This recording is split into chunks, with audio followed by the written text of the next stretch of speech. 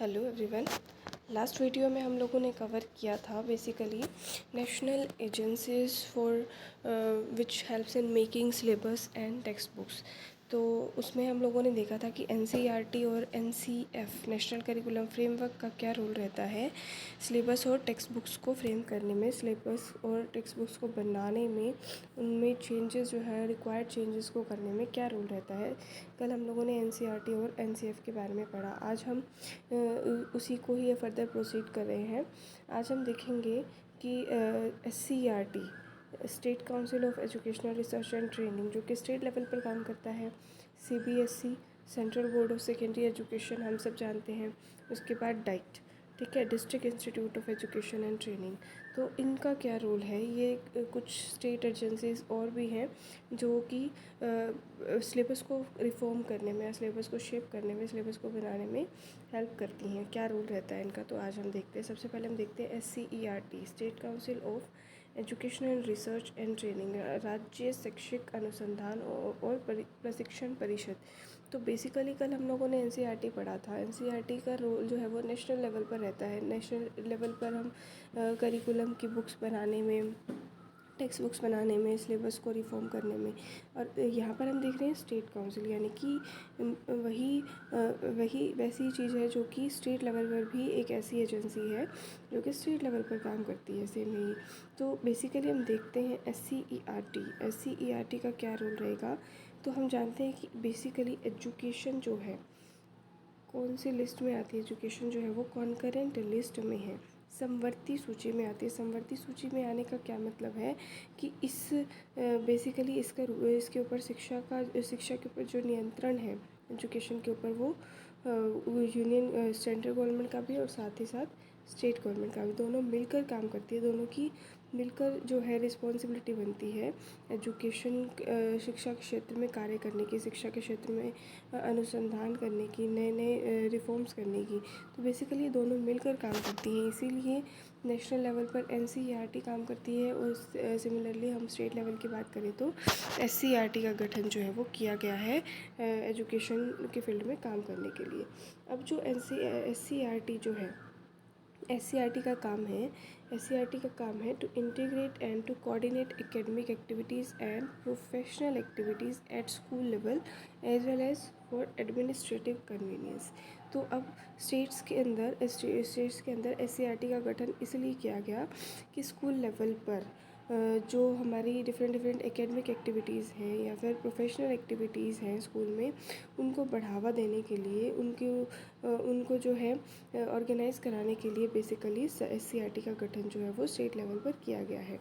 अब इसका बेसिकली काम क्या है, जैसे कि एनसीईआरटी का काम था नेशनल लेवल पर, वैसे ही स्टेट लेवल पर एससीईआरटी की रिस्पॉन्सिबिलिटी बनती है in the area of planning, कि आपको किस तरीके से जो भी एजुकेशनल एक्टिविटीज़ होने वाली हैं, जो एजुकेशनल प्रोग्राम्स होने हैं, उनको प्लान करना, उनको मैनेज करना, उनका प्रबंधन करना, उनमें शोध कार्यों में या फिर ट्रेनिंग, इवैल्यूएशन, सारे एकेडमिक प्रोग्राम्स जो हैं, चाहे वो प्री स्कूल से लेकर हायर सेकेंडरी लेवल तक, सारे के सारे जो भी एजुकेशनल प्रोग्राम्स हैं, जो भी एकेडमिक प्रोग्राम्स हैं, उनको प्लान करना, उनको मैनेज करना, उनके उसमें जो है डिफरेंट रिफॉर्म्स करने के लिए हमें रिसर्च करनी है, डिफरेंट चीज़ों को फाइंड आउट करना, जो नए मेथड्स, स्किल्स हैं उनको फाइंड आउट करना, साथ ही साथ जो भी नए रिफॉर्म्स हैं उनके बारे में टीचर्स को ट्रेनिंग देना, किस तरीके से उसको इम्प्लीमेंट किया जाए, इवैल्यूएशन करना, ये सारे काम जो है स्टेट लेवल पर एससीईआरटी की रिस्पॉन्सिबिलिटी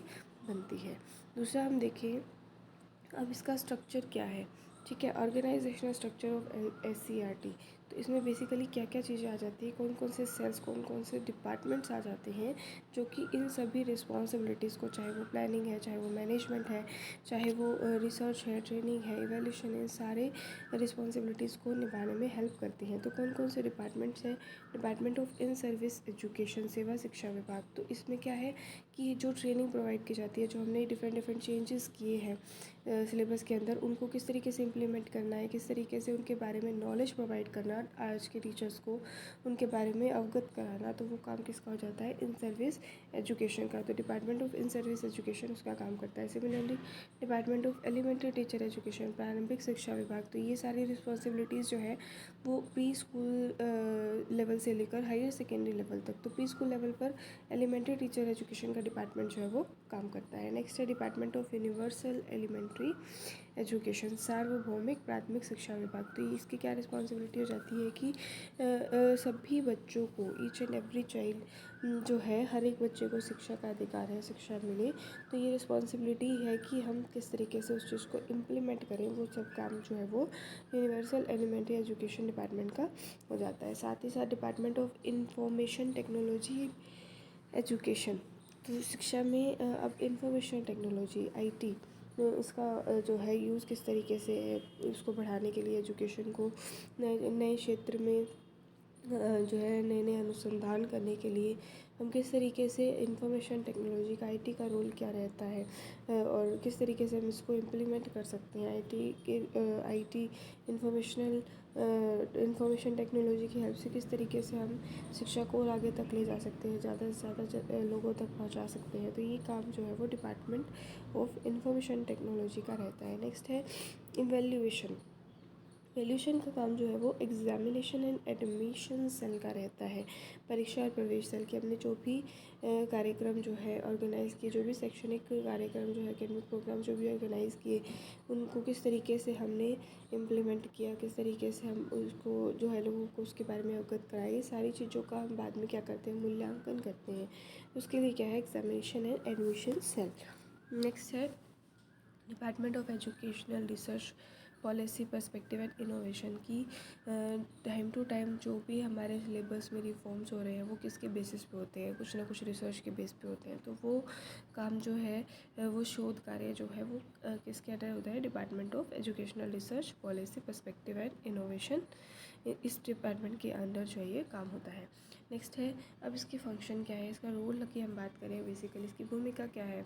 तो SCERT जो है बेसिकली स्टेट एजुकेशन डिपार्टमेंट है, जो कि एलिमेंट्री एजुकेशन में, सेकेंडरी एजुकेशन में और टीचर एजुकेशन इन लेवल पर जो है वो काम करता है। बेसिकली इन लेवल्स पर जो जो रिस्पॉन्सिबिलिटीज़ जो है वो स्टेट लेवल पर वो SCERT की रहती है। नेक्स्ट है इसका it's as an agent of change in school education, non formal education and teacher education. तो स्कूल एजुकेशन लेवल पर या फिर टीचर एजुकेशन लेवल पर, नॉन फॉर्मल एजुकेशन, इसमें किस तरीके से टाइम टू टाइम जो है वो परिवर्तन लाना है, परिवर्तन लाने के लिए बेसिकली एक एजेंट के रूप में काम करता है। बेसिकली इसका कार्य, इसकी रिस्पॉन्सिबिलिटी है कि जो भी चेंजेस हो रहे हैं स्कूल लेवल पर या फिर टीचर एजुकेशन लेवल पर, उनमें एक एजेंट के रूप में ये काम करेगा, प्रतिनिधि के रूप में काम करता है। नेक्स्ट है it controls and supervises the working of secondary school secondary level school पर, माध्यमिक विद्यालयों में या फिर ट्रेनिंग कॉलेजेस में या टीचर एजुकेशन कॉलेजेस में जो काम हो रहा है उनको, उस सारे काम को नियंत्रण करना, उसको कंट्रोल करना, उसको सुपरवाइज़ करना, किस तरीके से उसका उसको जो है अपने सुपरविज़न में ये सारे रिस्पॉन्सिबिलिटीज़ को ये करता है कि किस तरीके से हमें क्या चीज़ ऑर्गेनाइज़ करनी है, इम्प्लीमेंट करनी है, या फिर किस तरीके से कौन कौन से चेंजेस हमारे जो है सेकेंडरी लेवल पर या फिर ट्रेनिंग कॉलेजेस में कुछ रिफॉर्म्स होने हैं सिलेबस में, तो वो सब चीज़ें इसके गाइडेंस में हम कह सकते हैं होती है। नेक्स्ट है it submits proposal to state government for appointment and transfer of teachers.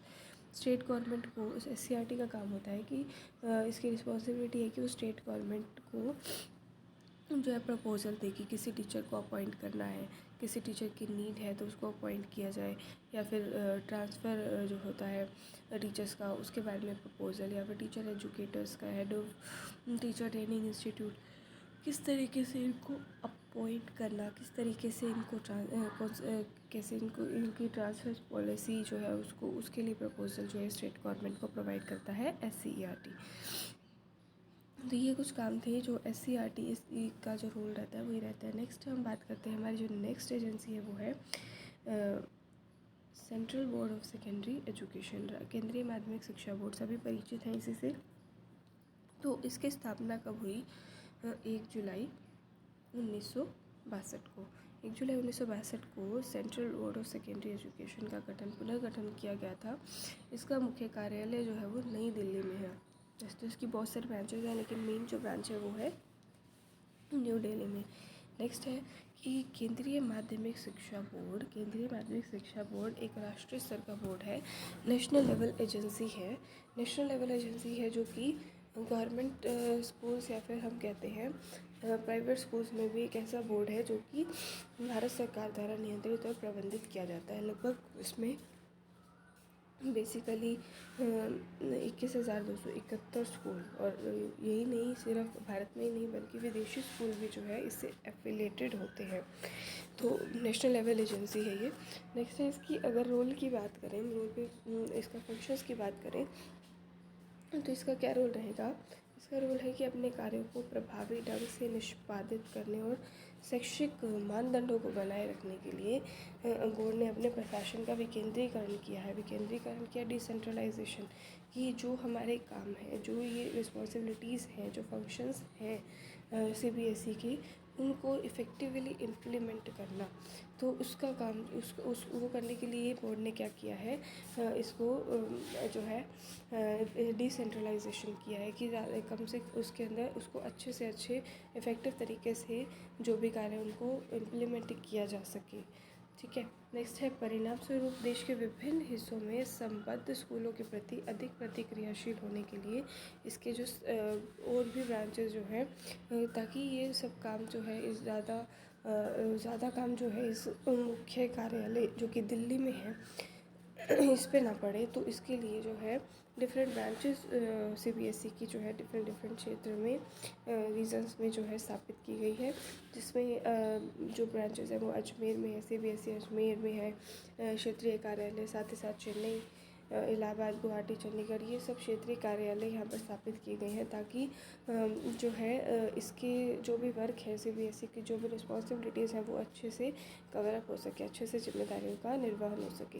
Next है इसका उद्देश्य माध्यमिक शिक्षा की गुणवत्ता, सेकेंडरी एजुकेशन की जो गुणवत्ता है, ठीक है, उसका विकास करना। साथ ही साथ बच्चों की न्यूनतम आवश्यकताओं को, बच्चों की जो न्यूनतम आवश्यकताएं किस तरीके से उनको जो है प्रॉब्लम्स आती हैं सीखने में, तो उनको किस तरीके से दूर करना है। इफ़ेक्टिव एजुकेशन, इफ़ेक्टिव वैल्यूज़ उनके अंदर किस तरीके से फोस्टर करनी है, किस तरीके से डेवलप करनी है। एक अच्छे जो है राष्ट्र का निर्माण करने के लिए हमें बच्चे को जो है अच्छे से अच्छी एजुकेशन प्रोवाइड करनी है, उसकी सारी जो नीड्स हैं उनको फुलफ़िल करना।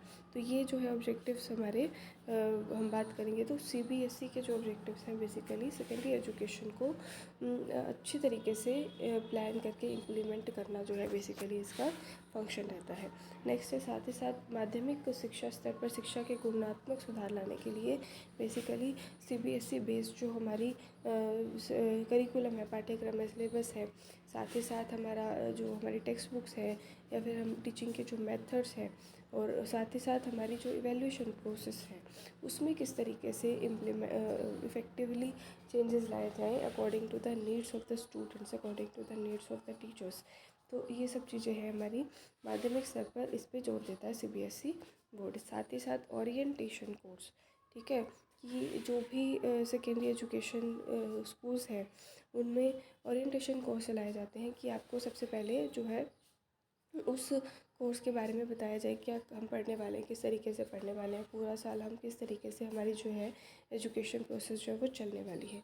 नेक्स्ट है कि यह सीबीएसई से संबद्ध स्थानों के लिए दिशा निर्देश, गाइडेंस, ठीक है, इंस्ट्रक्शंस प्रोवाइड करता है कि सीबीएसई से रिलेटेड जितने भी स्कूल्स हैं उनको ये सेकेंडरी एजुकेशन लेवल पर किस तरीके से एजुकेशनल प्रोसेस को इम्प्लीमेंट करना है। साथ ही साथ सीबीएसई पैटर्न स्कूल्स के लिए सीबीएसई जो है वो सिलेबस तैयार करता है। साथ ही साथ कुछ टेक्स्ट बुक्स भी हैं जो कि सीबीएसई पैटर्न बेस्ड होती हैं और उनको जो है सीबीएसई द्वारा संचालित जो स्कूल हैं उनके अंदर लागू किया जाता है। साथ ही साथ यह शिक्षकों और छात्रों के लिए आवश्यक निर्देशात्मक सामग्री, इंस्ट्रक्शनल मटेरियल्स को प्रोवाइड करता है, किस तरीके से आपको जो है किसी सिलेबस को इम्प्लीमेंट करना है, किसी तरीके से जो भी नीड्स हैं, मेथड्स हैं, टीचिंग एड्स, हर एक जो है लेसन से रिलेटेड, टॉपिक से रिलेटेड उनको इम्प्लीमेंट करना है।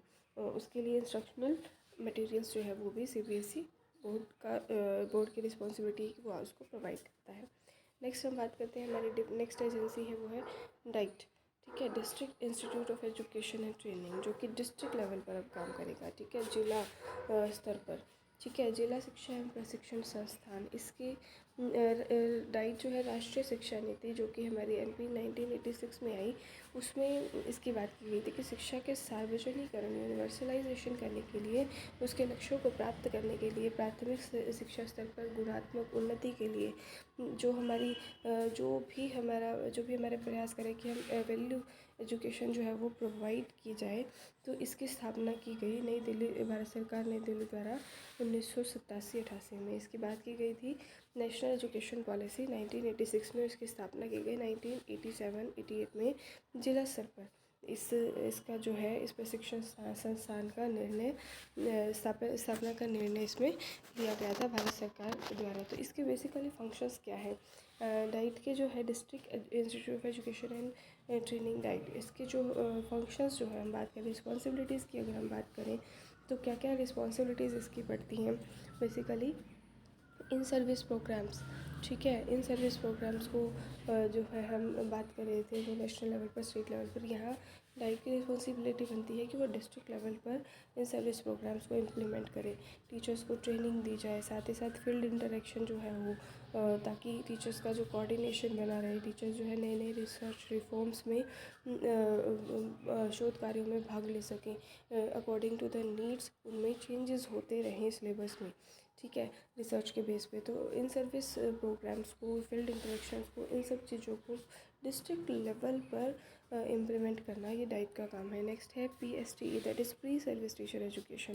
Pre service teacher education district level पर कि जो भावी शिक्षक या भावी अध्यापक जो बनने वाले हैं उनको पहले से ही जो भी चैलेंजेस हैं, एजुकेशनल चैलेंजेस, उनके बारे में अवगत कराना, प्रॉब्लम्स के बारे में अवगत कराना, उनको किस तरीके से फेस करना है, उनको किस तरीके से उनकी उस समस्याओं का समाधान निकालना है। तो इसके लिए पहले ही भावी अध्यापकों को तैयार किया जाता है प्री सर्विस टीचर एजुकेशन के द्वारा एट डिस्ट्रिक्ट लेवल। नेक्स्ट है DRU, डिस्ट्रिक्ट रिसोर्स यूनिट, जो भी रिसोर्सेस हमें चाहिए इन सब चीज़ों को इम्प्लीमेंट करने के लिए, तो उसके लिए DRU डिस्ट्रिक्ट रिसोर्स यूनिट का जो है वो गठन किया गया डिस्ट्रिक्ट लेवल पर, ताकि जो भी रिसोर्सेज है वो प्रोवाइड किए जा सके।